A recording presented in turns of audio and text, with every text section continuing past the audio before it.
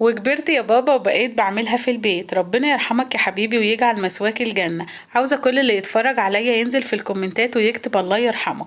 انا ليه بدأت كده؟ كان بابا دايما يجيب لي القرص دي من المخبز وكنت بحبها جدا. عرفت اعملها وطلعت ابسط واسهل من كده مفيش. لايك وشير واشتراك للقناة علشان قناتنا تكبر بيكم. ندخل على مقادير وصفتنا ونقول بسم الله الرحمن الرحيم. هنعمل النهاردة القرص بالسمسم والسكر. اول حاجة هنزل باربع كوبايات من الدقيق ما يعادل نص كيلو. بعد كده هنزل عليهم برشة ملح، معلقة كبيرة من الخميرة، معلقتين كبار من السكر، معلقة صغيرة من البيكنج باودر، ونص معلقة صغيرة من الفانيليا.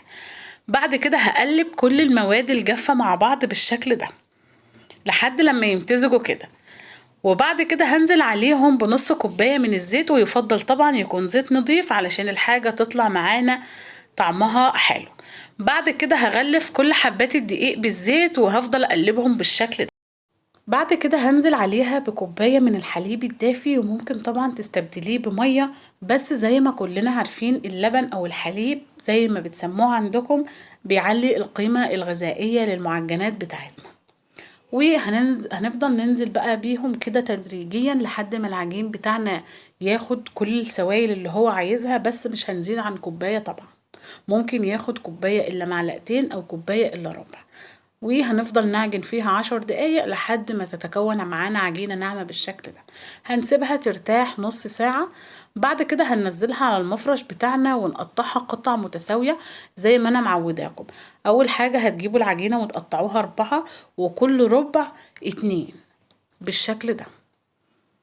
ونكورها بقى ونغطيها. اهم حاجة تغطي وش العجين علشان ما ينشفش معاكي. هنكورها كلهم بالشكل ده تقريبا تطلعيهم قد بعض. بعد كده بقى نعمل الحشوة بتاعتنا. هتكون عبارة عن ايه؟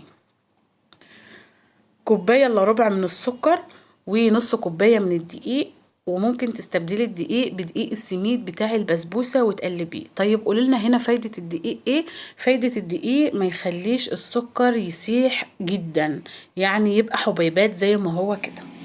بعد كده هنجيب طبق فيه سمسم بقى متحمص علشان هي بالسكر والسمسم. وهنجيب اول كرة عملناها وهنفردها بالشكل ده، بس ما تحطيش حشوة كتير بالشكل ده، تقللي شوية.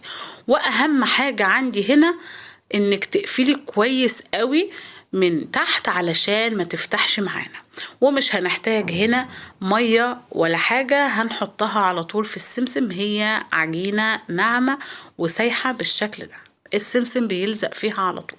بس اهم حاجة عندي بعد لما تحطي الحشوة بتاع السمسم والدقيق تقفليها كويس قوي علشان السكر وهو في الفرن ما يسحش وينزل معانا في الصينية ويبقى شكلها مش لطيف. الكمية عملت معايا الصينيتين دول. هتدخل فرن على درجة حرارة 180، هتقعد معانا 20 دقيقة بالظبط، ونفتح الشواية اخر دقيقتين تاخد الشكل القمر ده. شايفين الجمال؟ يلا بقى امي فرحي اولادك واعملي لهم القرص بالسمسم والسكر. احلى طبعا من بره ومضمونة وعارفة انتي حاطة ايه في حاجتك، وصحية جدا بصراحة، يعني حلوة. يلا نشوفها من جوه عاملة ازاي. شايفين بقى الجمال وهشة ومش مكتومة، والسكر من جوه سايح ازاي. طبعا تتقدم بقى جنب شاي بلبن في العشاء في الفطار، او كوباية شاي كده وقت العصر، براحتك بقى خالص. وبكده يكون الفيديو بتاعي انتهى، ويا رب يكون الفيديو عجبكم وان شاء الله هتجربوه هيعجبكم. وانتظروني في وصفات جاية كتير. باي باي.